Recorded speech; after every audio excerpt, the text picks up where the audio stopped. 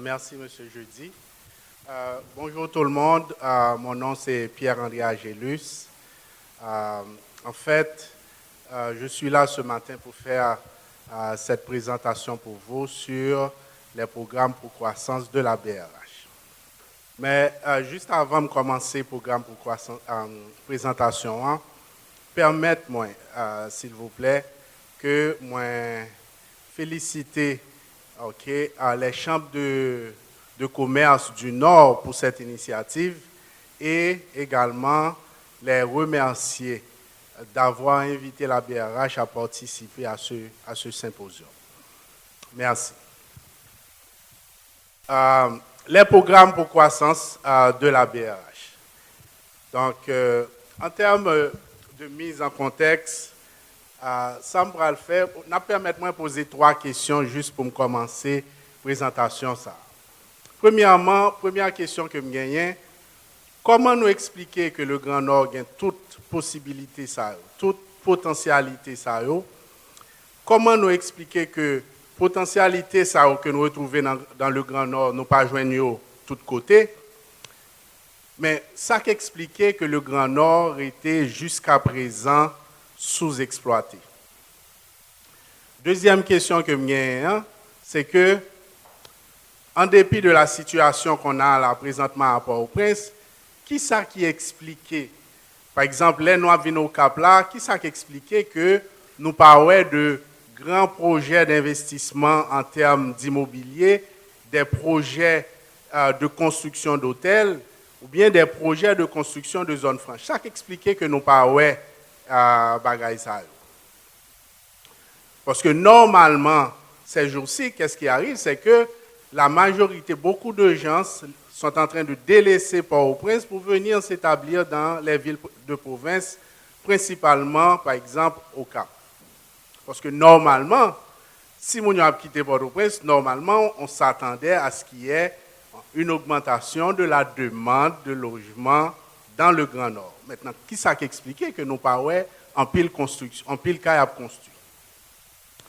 L'autre question que nous gagnons, c'est que qu'est-ce qui explique que, comment expliquez-vous que les principales terres arabes, c'est-à-dire que nous avons dans le Nord, c'est-à-dire, je ne sais pas si vous regardez les zones plaines du Nord, aller sous Fort Liberté jusqu'à la frontière, qui ça qui expliquait que terre ça aurait été jusqu'à présent inexploité? En fait, l'une des principales réponses à toutes ces questions serait un problème de financement. En fait, ça, c'est une réponse là-dedans. Il y a tant d'autres, mais c'est une réponse là-dedans. Un problème de financement. Parce que moi-même, moi sûr que investisseurs dans le Nord, commerçants dans le Nord, les potentiels demandeurs de crédit dans le Nord, ils connaissent que potentialité ça a existé, mais ça fait que ils n'ont pas sauté sur eux. C'est parce qu'ils n'ont pas gagné, ils ont un problème de capital, ils n'ont pas gagné assez de dans main pour prendre avantage de l'opportunité. Malheureusement, souvent, les solutions sont là et il y a pile de monde qui ne connaît pas si elles existent. En fait, c'est ce qui explique ce matin ma présence ici. Donc, je vais vous parler, en fait, des programmes pour croissance de la BRH. En fait, c'est-à-dire, en quelque sorte, ce sont les opportunités offertes par la BRH et qui sont actuellement disponibles dans le système financier. En fait, c'est de ça que je vais vous parler ce matin. En fait, c'est une façon pour moi, c'est-à-dire d'expliquer aux commerçants, aux investisseurs, aux potentiels demandeurs de crédit dans la zone, voici les opportunités qui existent et comment faire pour sauter, pour prendre avantage de ces opportunités.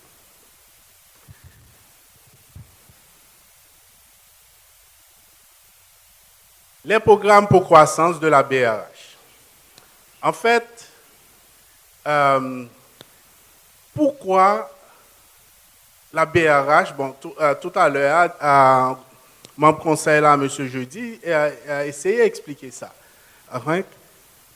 c'est quoi l'objectif des programmes pour croissance de la BRH? Qui ça BRH a cherché derrière le programme ça? En fait, objectif programme ça, c'est faciliter crédit, ok, pour les gens qui cherchent crédit, mais dans les secteurs productifs de l'économie, dans les secteurs clés de l'économie. Maintenant, pendant que la Banque centrale a fait ça, qui ça l'a cherché? L'a cherché, ça a aurait une stimulation de l'activité économique du pays. Parce qu'il ne faut pas oublier que la stimulation économique représente un des objectifs de la Banque centrale.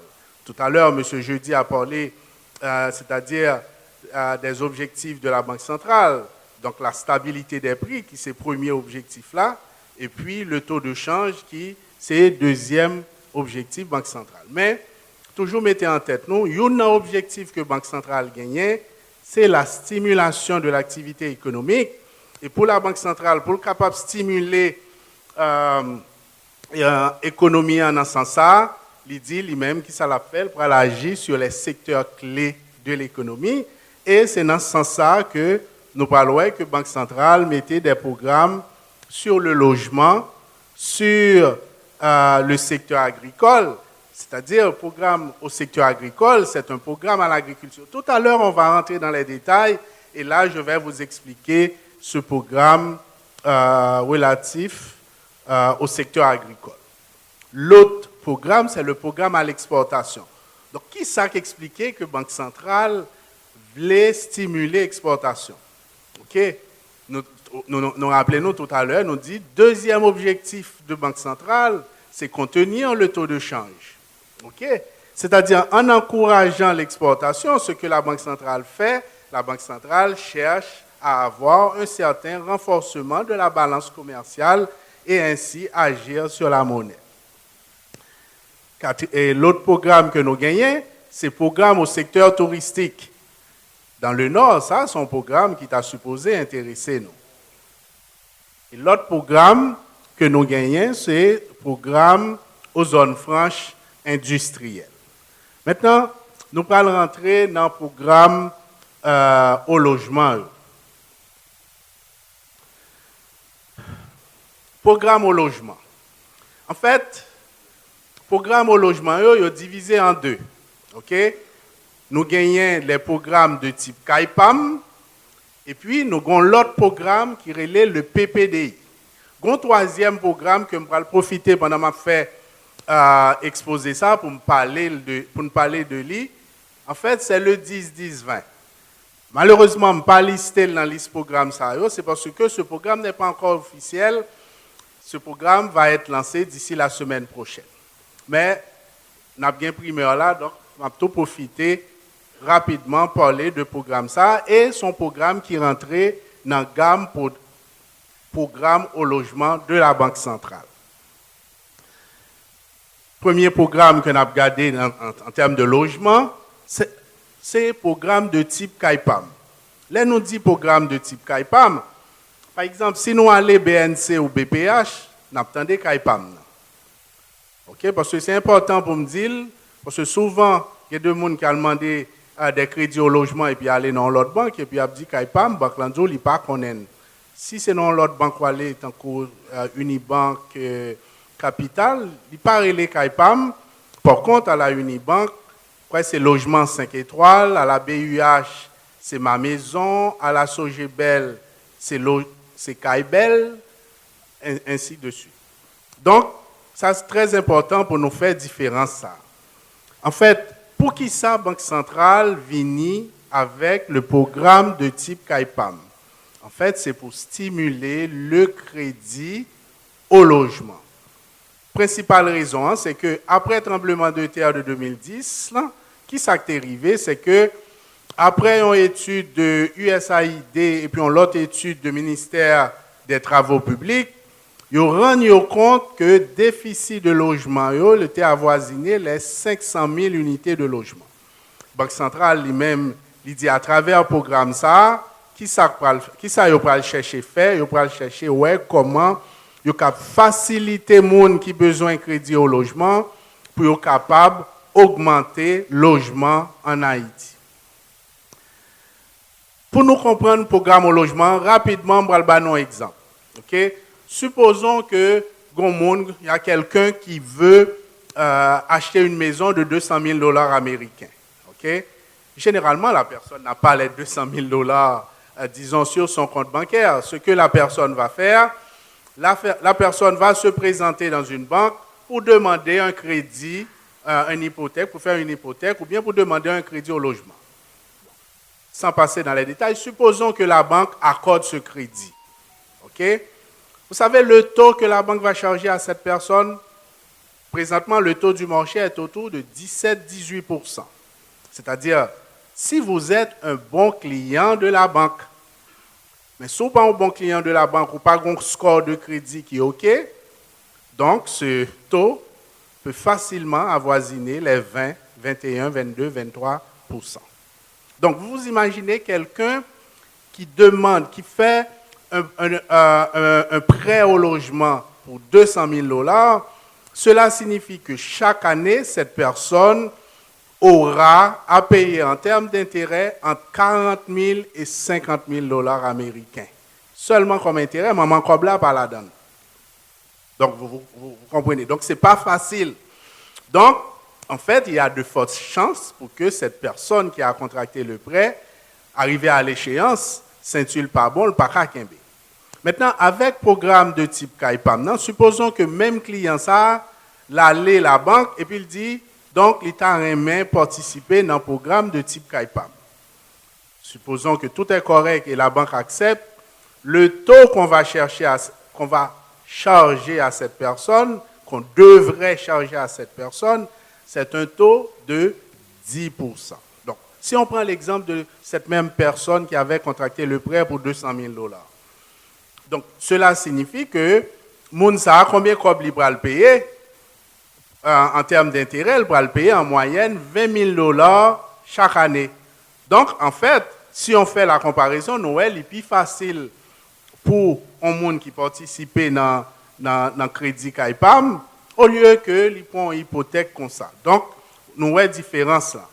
Donc, en fait, le programme de type KAIPAM, non seulement il facilite l'accès au crédit aux demandeurs de prêts au logement, okay, mais il permet que mon ait une capacité, facilité, on dit facilité, pas capacité, facilité pour capable de payer prêt jusqu'à échéance.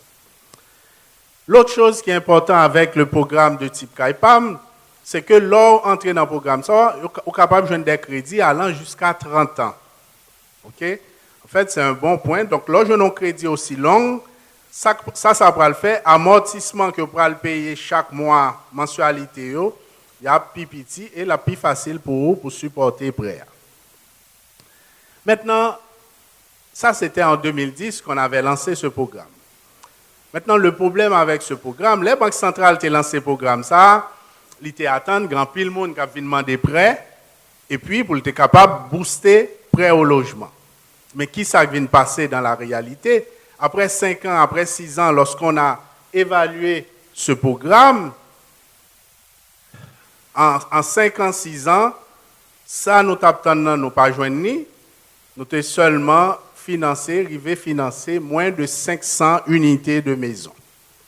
Et c'est là que la Banque centrale vient dire, écoutez, pour nous capables de booster le secteur au logement, en créant l'autre programme qui relaie programme de promotion, de développement d'immobilier.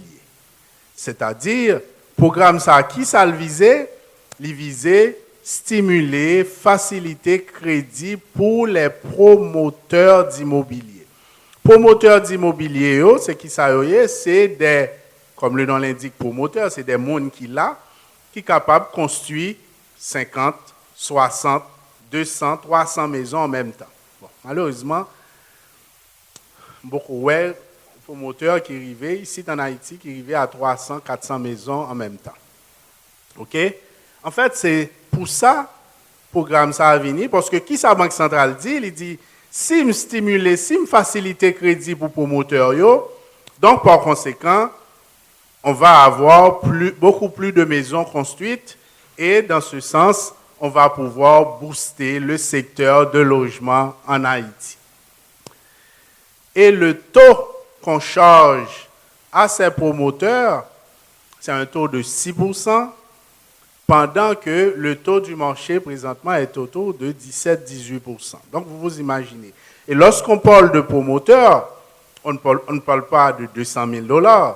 Donc, normalement, un promoteur capable de prêter jusqu'à concurrence de 10 millions de dollars, l'équivalent gourde de 10 millions de dollars américains, parce que tout programme, ça, c'est des crédits en gourde seulement que ils permettent. Et ça qui est intéressant, c'est que à travers un programme de promotion de développement immobilier, promoteur là capable de prêter pour 10 ans. Mais normalement, si tout bagaille tape marché, un promoteur n'a pas d'intérêt pour le temps de 10 ans pour le construire 50, 100 cailles. Parce que le promoteur là, qui ça a besoin, s'il était capable de construire cailles là dans 1 an, tout le monde a acheté 50 ou bien 100 cailles là, même côté à le payer et puis ils refont l'autre programme de promotion. En fait, c'est ça que Banque centrale a cherché. A cherché. Mais malheureusement, à cause de la situation du pays, jusqu'à présent, c'est un programme qu'on a lancé en 2016, qu'on a lancé en mai 2017. Jusqu'à présent, on arrive à financer 3 promoteurs. Ce n'est pas volonté que vous n'avez pas gagné, mais qu'on y a, comprendre. Donc, bon, là, on parlait de 3 promoteurs, mais c'est des promoteurs qui sont à Port-au-Prince. Donc, c'est l'occasion pour nous-mêmes qui est au Cap, comprendre, qui n'a pas la même réalité que nous vivons Port-au-Prince là. Donc, c'est l'occasion pour nous, au Cap là qu'on y a, pour nous voir comment nous sommes capables d'aller dans ce sens-là. En fait, jusqu'à présent, programme de promotion de développement d'immobilier, en fait, à cause de la situation pays, il est beaucoup décollé. Et nous travaillons pour nous voir comment ça est capable de faire. Pas oublier, nous toujours dans un programme de type CAIPAM. OK? Donc, nous parlons de CAIPAM, nous parlons de programme de développement d'immobilier. Et là, on va parler d'un autre programme de logement. Je ne l'ai pas listé ici parce que ce n'est pas encore officiel. Ce programme va être lancé la semaine prochaine. En fait, ce programme au logement, ça s'appelle le 10-10-20. OK? En fait, nous parlons logement, on paraît là-dedans. Seulement, nous entendons 10-10-20. Mais c'est un programme au logement. Le programme, ça, lit là spécialement pour faciliter crédit pour un monde qui a besoin d'une première résidence. Un monde qui a acheté caille pour la première fois, ou tu as supposé éligible pour le programme. Ça. Pourquoi 10-10-20? 10, premier 10 là, c'est un taux d'intérêt de 10%, OK? Alors que le taux d'intérêt du marché présentement est autour de 18%.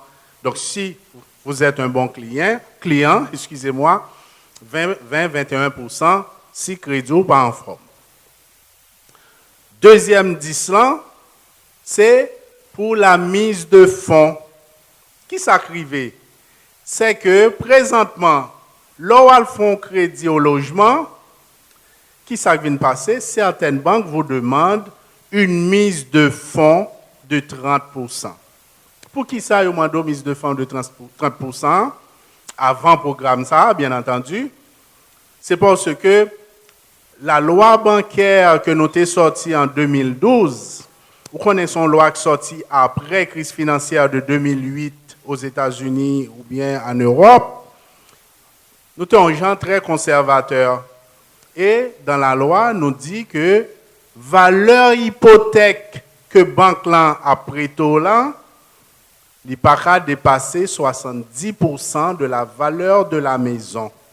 Donc, si vous achetez une maison de 200 000 $, cela signifie que banque là a pris une hypothèque sous là pour 140 000. C'est pourquoi certaines banques vous demandent une mise de fonds de 30%. Vous imaginez 30% de 2 000, ça fait 60 000. On monde qui quand on va jouer une cob qu'on y a pour économiser rapidement 60 000 $. Donc, vous savez que ce n'est pas facile. Donc, en fait, c'est peut-être ça à travers le programme 10-10-20, au lieu que qu'on mise de fonds de 30%, donc son mise de fonds de 10%. Et l'autre 20%, c'est pour la période et durée prêt capable d'aller jusqu'à 20 ans.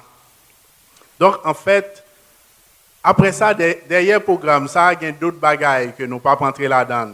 Par exemple, question que nous sommes capables de poser. Donc, si la banque va reconnaître les 70%, le client paie 10% et l'autre 20%, côté la sortie pour faire 100%. Mais là, on a l'autre montage que nous faisons. Côté nous mettons un fonds de garantie, BRH met un fonds de garantie, et puis il dit banque là, ou mettre financer 20% ça, moyennant, quel que soit ça crivé avant 5 ans, je prends charge pour me payer pour le client. OK? Donc c'est peut-être ça, Banque centrale met une garantie de 100% sur la partie des 20% que les banques vont financer. L'autre programme que nous parlons matin, son programme très intéressant, c'est le programme au secteur agricole. En fait, souvent, on dit, on parlé de programme ça, on parlait de la circulaire 113. En fait, c'est la circulaire 113 qui traite du secteur agricole. En fait, c'est comme le nom l'indique, donc c'est un programme à l'agriculture. La question que nous sommes capables de poser, mais maintenant, pour qui ça, Banque centrale intéressée à l'agriculture? Vous vous rappelez tout à l'heure au début, je vous ai dit que la Banque centrale cherche à stimuler, à faciliter le crédit dans les secteurs productifs de l'économie, dans les secteurs clés de l'économie. C'est parce que l'agriculture est un secteur clé de l'économie. Et là encore, pour nous comprendre cette agriculture-là, gardez part de l'agriculture dans le PIB du pays. Hein? Généralement, c'est l'agriculture qui contribuait plus dans l'agriculture pays. Dernière fois, je me me rappelé, c'est 20%. Parfois, qu'on atteint 25%. Donc, nous comprenons pour qui ça, Banque centrale est intéressée à l'agriculture. C'est-à-dire, en facilitant le crédit au secteur agricole, donc cela devrait avoir des impacts positifs, en fait, sur l'économie en termes d'augmentation de la production.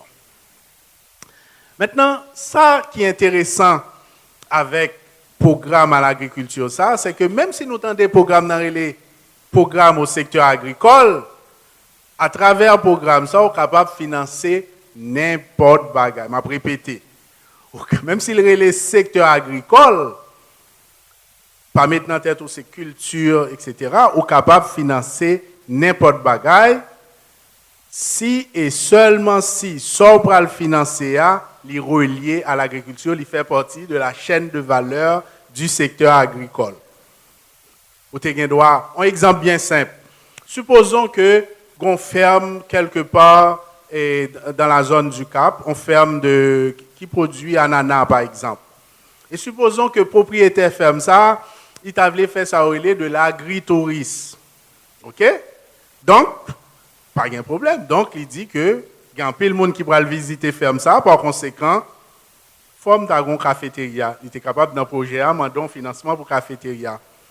Forme d'agon transport pour être capable de faire étudiants qui sont à l'université qui viennent visiter ferme non, forme d'agon bus. Vous comprenez? Bon, il était capable même de dire, bon, généralement, les étudiants viennent, ils ont passé plus que 24 heures. Ils étaient capables de financer une auberge. Est-ce que nous, ouais? Donc, c'est une façon pour vous dire que, à travers le programme, ça, même si nous avons les programmes au secteur agricole, nous sommes capables de financer n'importe quoi. Pas besoin de nous, sur l'agro-industrie, sur la transformation, etc., etc. Nous sommes capables de financer sans problème avec le programme. Ça. Maintenant, qui est institution qui est éligible à ce programme? Ça? Toute institution financière, il y a un programme. Nous gagnons les banques, les sociétés financières de développement et aussi nous gagnons les coopératives d'épargne et de crédit et les institutions de microfinance. Là, on passe dans un mécanisme de financement programme ça. Comment vous êtes capable de bénéficier dans le programme ça, c'est-à-dire de financement dans le programme ça. Premièrement, ça qui est important, vous êtes capable de joindre financement de court terme, financement de moyen terme et financement de long terme. OK? Là, par exemple, pour un financement de court terme, c'est surtout, dans le court terme, nous, c'est ça, le financement de campagne agricole. 3 mois, 6 mois. Généralement, pour financement de campagne agricole, les demandeurs de crédit à l'agriculture passent généralement par les coopératives ou bien par les institutions de microfinance. Et le montant maximum que vous prêtez pour les crédits à court terme, c'est 1 million de gouttes. L'autre financement, possibilité de financement gagné, c'est financement de moyen et long terme. Financement de moyen et long terme, là, on est capable de passer dans une banque pour demander un financement pour ça. Et montant maximum que vous êtes capable de prêter dans le cadre du programme, c'est l'équivalent gourde de 4 millions de dollars américains. Équivalent gourde de 4 millions de dollars américains. Maintenant, ça qui est intéressant à programme, c'est-à-dire, si on a demandé crédit au secteur agricole, dans institution financière, premier bagage institution financière là pour regarder, il va dire selon circulaire là son exigence, il va regarder est-ce que les infrastructures de base que moun sak vient demander crédit ça, li gagner les infrastructures de base qui reliées à activité là. Donc c'est-à-dire premier crédit que vous capable de joindre dans le cadre du programme ça, c'est-à-dire c'est pour financer les structures de base.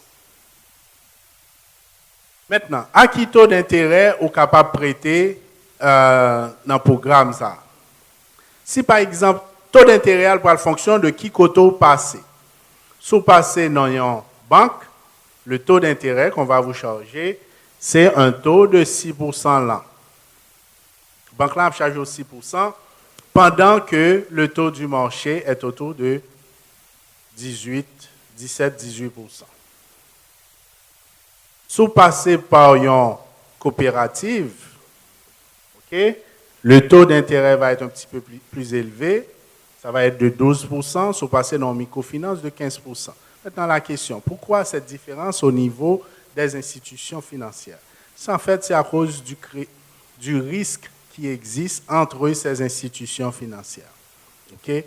Donc, généralement, le risque de crédit au niveau des coopératives, au niveau des institutions de microfinance, est plus élevé comparativement aux banques.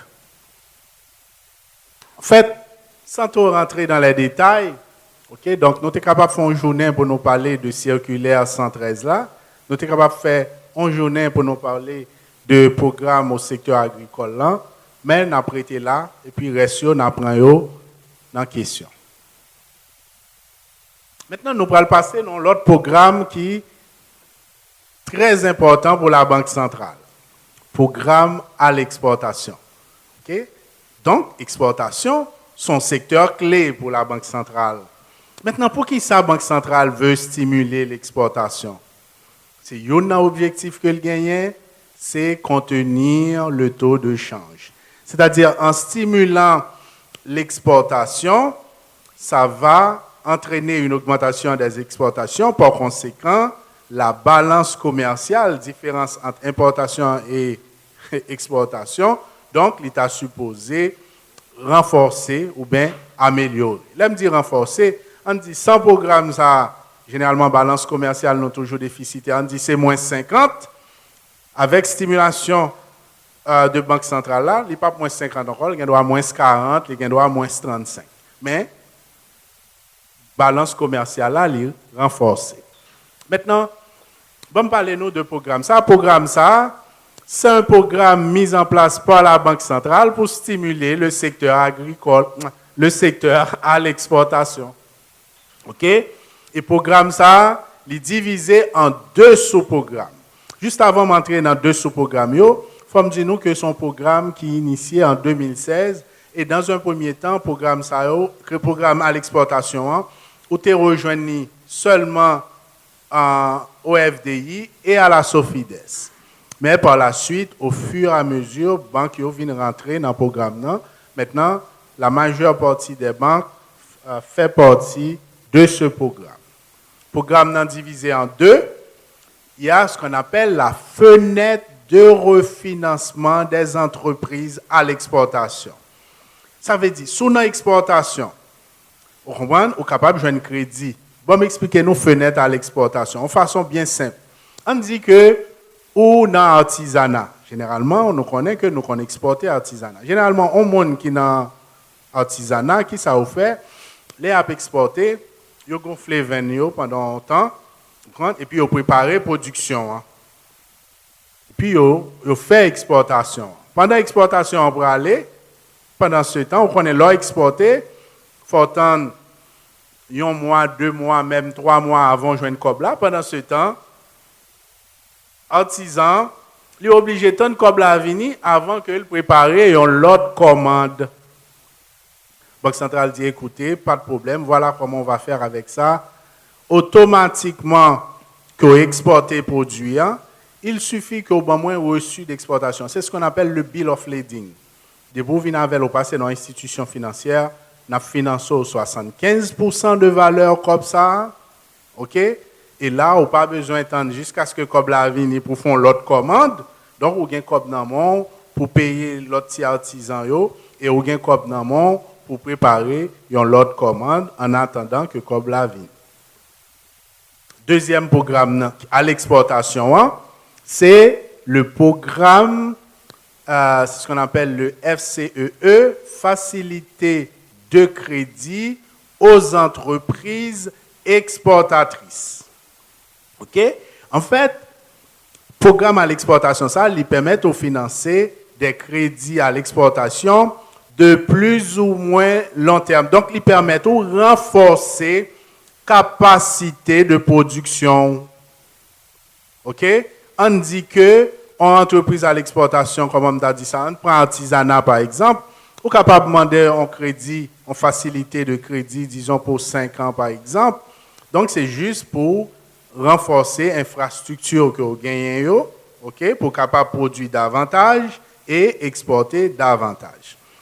Ça qui est intéressant dans le programme ça, à un certain moment, c'est un programme qui a marché très bien. Il y a pile entreprises à l'exportation qui étaient participées dans le programme ça, et puis qui repayaient prêt sans problème. Parce que là, à l'exportation, c'est un avantage. Là, on recevoir comme là, on recevoir en US. Et là, on vient un avantage qui est bon pour la Banque centrale et qui est bon pour tout. Vous comprenez? Ou un avantage de change, dépendamment de gens, ça y est. Mais généralement, confortable pour vous. Vous comprenez? Mais par exemple, il y a une entreprise comme Pape Cité Non qui, généralement, qui a utilisé le programme ça en pile. Son entreprise exportatrice à l'exportation qui exportait mango, surtout l'arrivée dans la période ça, pour commencer en mars, ouais, l'a exporté. L'exporter, il vient chercher dans la fenêtre de refinancement, ouais, après ça, tant qu'il exporte, il doit faire n'importe 5-10 commandes pendant un mois, ouais, il vient avec tout reçu, il vient chercher un refinancement banque centrale, pas dans la banque centrale, c'est-à-dire à travers une autre banque du système, mais il vient chercher facilité banque centrale. Là. Mais ça, pour noter, c'est que tout programme, ça, crédit que vous accordez, sont crédits qui fait exclusivement en gold. L'autre programme que nous gagnons, c'est le programme aux zones franches. Okay? Donc, en fait, c'est un programme mis en place par la BRH pour faciliter le crédit pour les promoteurs de zones franches. En fait, ça, la Banque centrale a cherché, augmenter le nombre de parcs industriels qui dans le pays. Parce que tant qu'il y a un parc industriel, tant qu'il y a plus de monde qui travaille, donc ça va avoir des retombées positives positive en termes de création d'emplois, sans compter d'augmentation de la production, exportation a augmenté, ainsi de suite, ainsi de suite. Mais ça, Banque centrale t'a cherché, il t'a cherché prend avantage de loi qui a été votée aux États-Unis en 2015, là, qui était relée la loi HOPE, qui finit la loi HELP. Maintenant, il y a un monde qui vient chercher crédit, un promoteur qui vient chercher crédit dans 4 programmes, ça qui est intéressant, le taux qu'on va vous charger, c'est un taux de 7%, pendant que le taux du marché présentement est à 18%.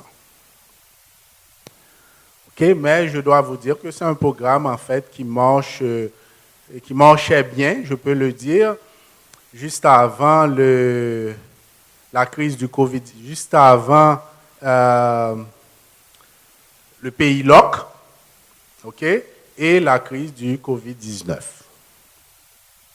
Ce monde qui était dans le programme, ça était pour un gros coup avec pays LOC et nous avons gagné un promoteur que nous avons financé qui a gagné beaucoup de difficultés, qui a investi en pile cob et à un certain moment, étant donné que vous en avez fait avec des Asiatiques, des Chinois qui ont travaillé pour eux, donc ils ont gagné des difficultés, les Chinois n'ont pas venir, etc.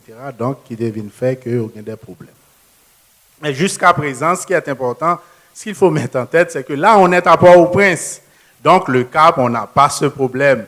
Donc, on façon pour nous capables de gonfler vers nous, ouais, comment nous capables de rentrer dans le programme ça. Si nous permettez l'expression gonfler vers nous, excusez.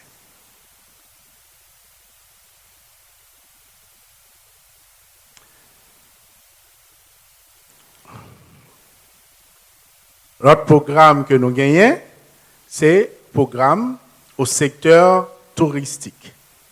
Pour au Cap, zone Grand Nord, c'est un programme qui est très intéressant, qui est très bon pour nous. Mais ça, pour nous noter, c'est que contrairement aux autres programmes, donc CAIPAM, agriculture, exportation, zone franche, programme au secteur hôtelier et touristique, programme ça, il n'y a pas des avances directes de la BRH. Il n'y a pas des refinancements, ça les refinancements de la BRH. Là, on parle des avances directes de la BRH, qui ça veut dire. Derrière tout programme, ça me dit, les par exemple, aux besoins de crédit qui sont faits ou aller dans une institution financière, automatiquement, crédit a approuvé, institution financière là, elle écrit nous, il dit écoutez, à Patrick, il y a l'investisseur Patrick qui nous a demandé un crédit dans le cadre de quel programme, même montant, et puis Banque centrale dit OK, pas de problème, et puis Banque centrale crédité compte banque là, la caille.